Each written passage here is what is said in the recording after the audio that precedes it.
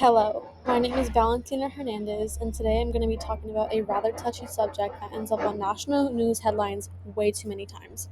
It shouldn't be a headline at all, yet here we are. This is 7-year-old Daniel Barden. On the morning of December 14th, 2012, just after his mother made his breakfast and dropped him off at Sandy Hook Elementary School, Daniel's life was taken, along with 19 other children and 6 adults. This man, Adam Lanza, was the monster behind those lives being taken. He had additionally shot himself and his mother to death. Later investigation of this case had gathered that Lanza had been suffering from undiagnosed schizophrenia. This is Rachel Scott, a devoted Christian who was well on her way to becoming a missionary someday after she graduated high school. However, she never got the chance to, as she was the first student to be killed at the Columbine High School shooting on April 20th, 1999. An additional 11 students and 1 teacher died that day. These men, Eric Harris and Dylan Klebold, were the monsters behind this tragedy.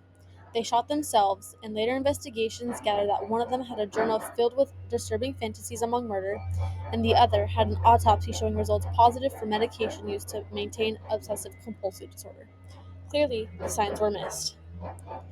This is Erin Nicole Peterson, an aspiring young basketball player who always brought smiles to those who surrounded her. Her life was taken, along with 26 other students and 5 faculty members at Virginia Tech on April 16, 2007. This man, Sung-Hui Cho, was the monster behind this rampage. Later investigations had gathered that Cho was diagnosed with social anxiety disorder and major depression in the 7th grade.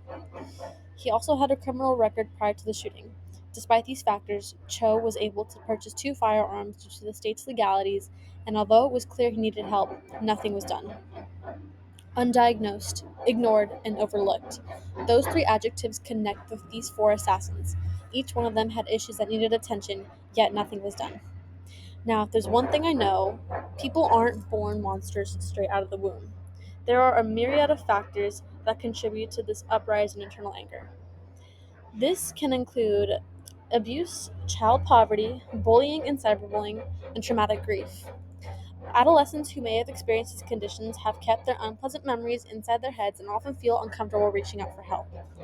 This leads to the later development of PTSD, delinquency, and severe depression. Current experiences, such as ostracism from peers, can also result in anxiety. Now, what happens when this doesn't get looked into? Well, consequences. Consequences are brought upon people who are deserving of life. School, a place where students are meant to feel secure while they learn, lacks mental support for its students who suffer in silence. Now, as we all know, society often tends to blame these incidents entirely on guns. Gun control becomes the immediate debate when it comes to protecting our children in schools. Most of the time, the real culprit in these situations are the schools themselves. Like I said, people aren't born monsters, but sometimes when these kids get into bad situations at home or even away from school, they feel like they have no one to turn to, not even their own school. That is where my solution comes in. Instead of fighting guns with more guns, and I'll get into that later, the United States government must implement more mental health screenings in schools nationwide in an effort to counter the growing statistics of school shootings. Current measures involve the use of armed security in school hallways. After Sandy Hook, the National Rifle Association argued that this was a good idea and decided to refer to these security guards as resource officers. They serve the purpose of surveillancing potentially harmful students and hold firearms at all times, all while at the same time posing as a safe space for people to confide in. But how exactly are students supposed to consider an armed guy holding a gun in a standard police uniform a safe space to be useful, just as much as we do an actual mental health specialist? Do you see the difference here? Yes, security is great, it's good, it's amazing, but it's not going to help these kids with their mental health nor the safety of schools as much as you think. While it's easy to make up how a person is feeling based on their outward displays of emotion, whether it may be rebellious or joyful, it is rather difficult to notice the signs people do not typically observe from someone who may be depressed or suicidal. Mental health screenings are assessments that help identify a person's potential mental health issue and detect if they will need treatment or not. The questions involve subjects of mood, thinking, feeling, and memory. Various screening tools include the systematic screening for behavior disorder, which is used on students pre-K through ninth grade. This ranks and detects internalizing and externalizing patterns in their behavior. The 10 highest students will be further evaluated by a professional. The Student Risk Screening Scale screens for potential risks of antisocial behavior based on cheating, lying, sneaking, stealing, behavior problems, ostracism, aggressiveness, a negative mindset, and low academic achievements. Other screenings include the Strengths and Difficulties Questionnaire, the Resiliency Scales for Children and Adolescents, and the Behavior Assessment System for Children. The best part of the solution is that this is all conducted by teachers and school counselors, and it is confidential, which reduces the stigma of seeking help. Those who show signs of trouble will be referred to a mental health specialist, and from there on will receive treatment. The answer to preventing school violence is to stop it where it starts.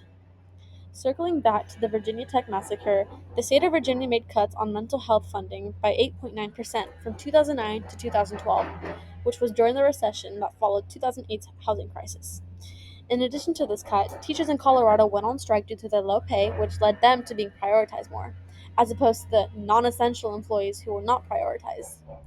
This includes beneficial resources for children like social workers. As much as we need teachers, we most importantly need to prioritize the mental health of our students, and that starts with spending money on mental health specialists. When there are less counselors and social workers present in the school environment, too many students are left without any help and their lives are at risk.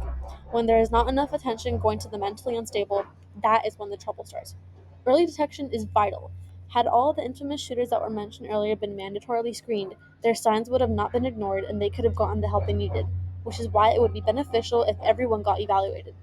The plan will require stakeholders, support from school admin and mental health professionals, and most importantly, the support of parents. Thank you for your time.